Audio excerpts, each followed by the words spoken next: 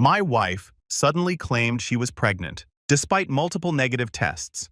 Therapy didn't help much, and she lost it, leading to an involuntary hold. Now the court will decide if she has to stay longer. This is all over the place. I really need help. My wife and I, 42 male, have been married for 2 years, together for 15. All this time, we had either not decided to have kids or had problems getting pregnant. After some medical testing, we found out that it was near impossible to get pregnant due to some medical issues with her. We were thinking of adopting when one day she came home and told me she was expecting. Of course, I was super happy. A week later, we had an appointment at the gyno, and she had some blood drawn. The test came back negative, and of course I was devastated, but she wasn't. She claimed that she was pregnant and that the doctor was wrong. We took some more store-bought ones, and they all came back negative. My wife is in complete denial. Now she claims we are having twins. She is buying them clothes and decorations and is pressuring me to start with the nursery. I am at a loss and don't know what to do. My inaction is making her believe that I want to leave them and that I am going to doom my wife into the life of a single mom. What the F is even happening? I love her, but I don't know what to do. Edit forgot to add. I have tried talking her into therapy, but she accuses me of gaslighting her. Little update/edit. Thank you guys, you really helped me out.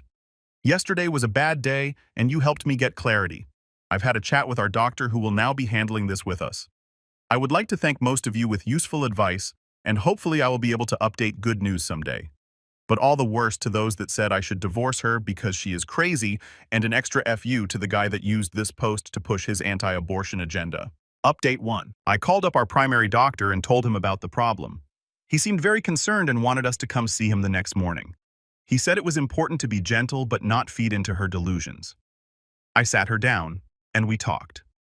All she wanted to talk about is when I would get the nursery started, and that we were on a time crunch, and how she has found a perfect color for the room, how she wants me to be more involved in her pregnancy.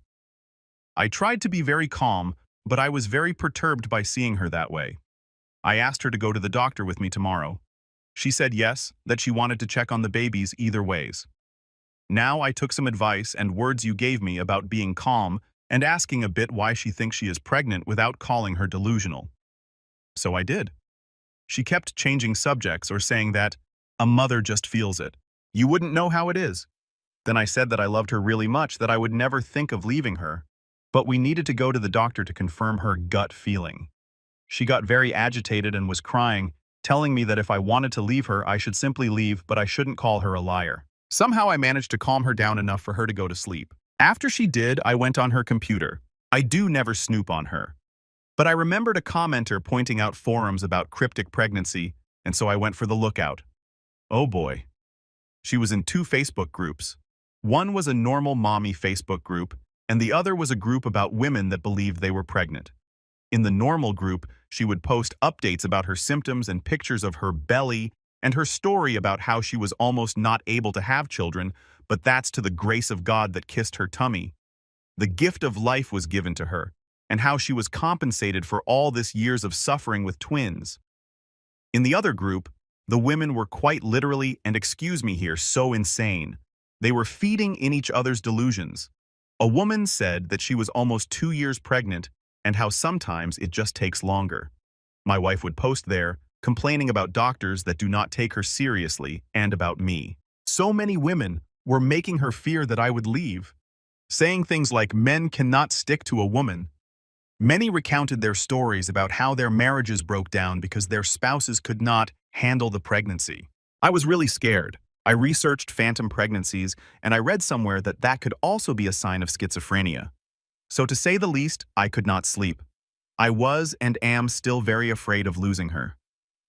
She woke up, and I tried to act like nothing was wrong. We were going to the doctor. And it was as if nothing had happened yesterday. She was convinced that we were going to a pregnancy checkup. Things got really bad when we began talking to the doctor. He was really tactful when talking to my wife. He tried to explain her that it was medically impossible that she was pregnant. We tried to show her tests, the ultrasound we did the day before, but nothing. She got more agitated and began to cry and scream at me for making her look like a crazy person. She began bouncing back and forth and holding her head with both hands. We could not calm her. She went in on a full-on panic attack. She could not breathe. The doctor laid her down and tried giving her some medicine for her to relax, but it did not help as he didn't have the necessary tools to treat a panic attack that was that bad. She had to go to the hospital where they took care of her. Did an EKG to exclude that she was suffering a heart attack. At that point, I really had no other option than to inquire about involuntary commit. So I could not do it myself. I needed my doctor's statement that she was a danger to herself and others, and he had to initiate the process of an involuntary examination of 72 hours. After that, we will have to submit a written statement to the court to determine whether or not she can stay there against her will. So far, I have submitted all her posts in both Facebook groups as well as the test we did with timestamps when possible. My wife is 2 days in the 3 days examination and I have no contact to her. When I last her, she was furious with me. She said I was taking away her freedom. I felt horrible, dirty, and useless. She is so mad at me. I feel like I am abandoning her and don't know how she will ever forgive me this. I love her with all my heart. I am afraid of what will happen if the courts decide that I can't commit her, how our life will be affected. I feel like I failed to protect her. At this point, I am just rambling. Sorry for the long post. I guess I just need to vent because I have no one else to really turn to that just wants to listen. I feel judged by everyone and pitied. I just hate it. Sorry for spelling mistakes. Edit. I will not leave my wife, you unempathetic jerks. When I gave my vows, I meant through illness and bad times. I am not only on the ride for the good times. If you truly love someone, you will do whatever it takes to see them healthy again. Would you leave your spouse if they went through a severe physical illness? I am here to stay. I will not divorce her. She is not a psycho. She is sick. I hope no one of your loved ones ever has to go through this because their support net will consist of cowardly jerks. Sorry for the rant, but if you want to say something like divorce that nut, don't even bother. I understand people that make the choice to leave if the situation when it begins to mess with their mental health, and I respect that, but I won't do that. Edit 2. My wife didn't have a heart attack. She was examined because panic attacks register with similar symptoms as heart attacks. I don't exactly know what our doctor gave her as I was so distraught, but I was not a sedative. I think it was something along the lines of Valium or Baldrian. Over-the-counter stuff mostly. She has family. She is estranged from most of them. Her sister is now at our place to help. Also refrain from such stupid comments like, "I'll bet she will leave, bro. She is cray, how did you marry her?" because they are not helpful at all. Especially the bets that are going on that my wife will leave me once she gets better. Just seems like you want me to divorce. Get a life. Update 2. Hi guys, it's me again. We have a lot of time on our hands, so I thought why not update the community that helped me? Even if it was just to let me know that I could vent. I don't even know how much time has passed, but I am very happy to say that things are working out. I have my wife's permission to share this with you all, and she is even telling me to greet you. After being in the 72-hour stay, it was determined that she had to stay there. My wife was pissed for the first few weeks. It was a devastating time. But time and therapy heals all wounds. Slowly, I was allowed to come visit. And every day I went, I saw a bit more of the person I loved. There were setbacks along the way, and I had to watch a lot what I said and did. For example, the first few weeks she wouldn't tolerate touch or something like that. Our trust had to be regained slowly, from both parts. We put so much work in, and even now that she is back home and has been for a while, we sometimes have bad days where it is difficult for my wife to get out of bed or where I am suspicious of her getting back into that state. But at the end of the day, I am happy. We go to counseling together, and we are on individual therapy as well, especially because due to the stress I developed a form of anxiety. But every day it's a bit better. I have discovered new sides of my wife, like the new hobby that she has of making resin jewelry and decorations. Even our quarantine time has been quite peaceful. We still have remote therapy and everything. Things are not normal yet, and adoption is not back on the table as of now. We have given ourselves at least a year of therapy before we think about parenting and raising a child. One thing is for certain, I am still in love with my wife, and I still love her so much. Our relationship might not be better than ever, but it sure as hell is stronger than ever. Also, she has done a lot of self-reflection and of course has thanked me for how I handled things. She is lovely. We are happy. Story 2. My fiancé cut off his toxic dad and family, and I'm so proud. Hello everyone, this is my first time posting here, so I am sorry if I break any rules or don't do it right or anything. Earlier this week, my fiancé, D27 male, finally cut off his toxic dad and paternal family, and I just wanted to brag for a second. I don't want to tell too much backstory and make this unbearably wrong, so I will try to keep it short. When I first met my fiancé, it was when my mom worked for a children's home in our state, and he was in one of the group homes there. I did not know why he was there, just knew people were not placed in them for nothing, so he had some bad experiences in his past. As I have gotten to know him in adulthood, I learned all that has happened, and I will try to keep it short. Basically, both his parents suck. One important thing is that his dad is not his biological dad, and his dad did not find this out until Dee was 3 or so years old, and he had full custody due to Dee's mom wanting to party all the time. Dee's dad told Dee this fact when he was a child, not sure of age but younger than 12 when he was drunk one day. Actually, screw this guy. His dad's name is David, so I am calling him that because not using a name is too confusing. He was a great father before David knew anything about Dee's true paternity, but this just set him over the edge. I do know that David eventually dumped Dee off at his grandmother's house and moved hours and hours away to another state and rarely saw him.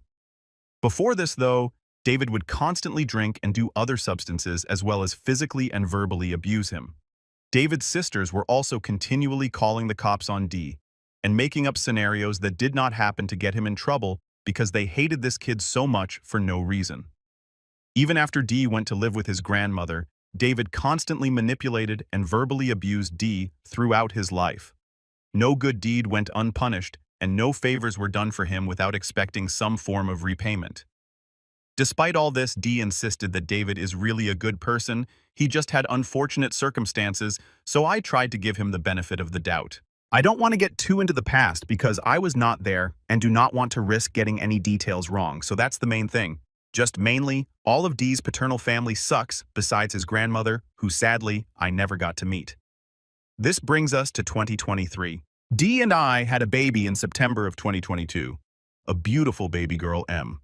Through parenting her and seeing how my parents are, Dee is finally seeing how truly abhorrent everything his dad did to him was, and it has taken a lot of work to move past that to be the parent M deserves and to stop the cycle of abuse with him, and I am so proud of all the work he has done.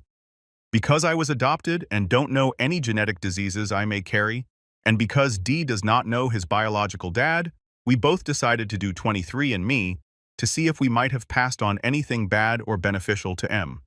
We did not want her to do the test because with samples for kids that age, you have to take blood, and we did not want to cause her any unnecessary pain, so we just did tests for ourselves. Through this test, Dee found out he has another half-sibling and found out who his biological dad is. Sadly, he has passed on, and Dee never got to meet him. This was all during one of the many times that Dee had cut off David, but somehow David found out who Dee's bio-dad was at some point between then and now. I tried to keep it short, but that is all the necessary backstory. Feel free to ask any questions, though, and I will answer the best I can if I accidentally left something important out. We are now at July 1st, 2024. Dee texts me that he is on the phone with David and that he has had a stroke and he will call me in a second. I am unsure how to take this. Are we happy? Are we sad? Are we worried? I don't know. After a couple of hours, Dee calls me and tells me everything. 10 weeks ago in March, David had a stroke. He called and apologized to Dee about everything. He admitted to being abusive and neglectful and everything. He said all these amazing things about him and how he and I are such great parents and how he wants to meet M. Everything. He love-bombed him for about 4 hours straight. Naturally, Dee was very conflicted. It seemed like his dad was back. It was great, but he had been tricked before, so we had no idea what to do. Dee wanted to go see him. According to Dee, he was having trouble forming sentences, and it seemed like the time might be near. We have therapy every other week, and I suggested talking it over there the next day. Dee said that was a good idea, and we decided to sleep on it. The next day, Dee called some of his dad's friends to get a better idea of what happened, how his dad was doing, and all that. He then received a very rude message from his aunt that goes as follows. Nasty aunt. Please stop representing yourself as David's son. You are not his son, and the court gave conclusive and absolute DNA evidence that you are not his son. My mother allowed you to live with her because no one else wanted you. It was a sad situation created by your mother. You spend your final juvenile days in a home because you were classified as a juvenile delinquent and a ward of the state.